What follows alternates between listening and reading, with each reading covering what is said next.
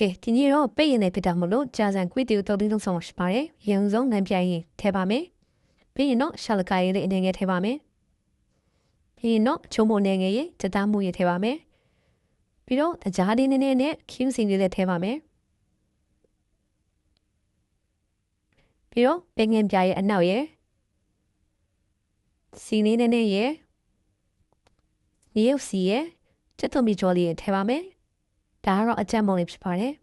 ။အဆက်ချရင်တော့ပို့ထဲလို့ရပါတယ်။လို့နည်းနည်းရပြီဆိုရင်တော့ဒီချာလေးမွေးပြီးတော့ပြုတ်ထားတဲ့ကြာတာလေးနဲ့နေပါမယ်